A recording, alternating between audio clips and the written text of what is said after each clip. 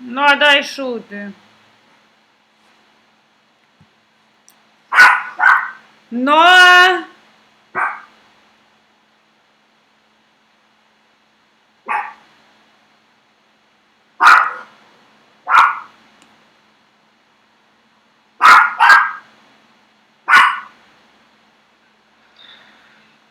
Hvala lijepa.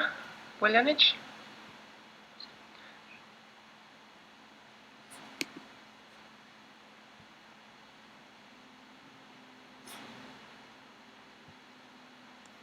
Gospodin Vuljanić? Hvala, gospodine predsjedavajući.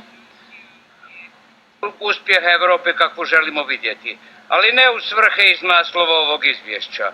Konkurentnost i održivost su posljedica, ne ciljevi.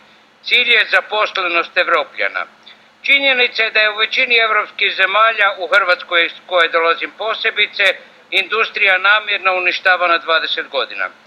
To su radile domoljubne desne vlade i jednako tako socijalno osjetljive lijeve vlade, naravno uz pomoć krupnog kapitala iz Europe. Tvrtke su se poklanjale u postupku privatizacije, upropaštavale da bi se dobilo atraktivno zemljište i gradili trgovački centri. Taj kapitalističko-kriminalni sustav rezultirao je ogromnom nezaposlenošću, a sve po načelu da će tržište regulirati sve.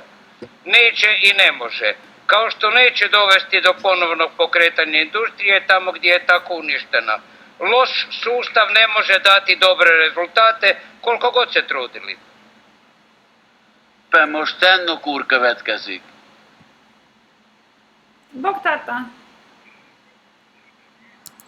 Pa ne, sad sam nekaj za posao, kaj ima?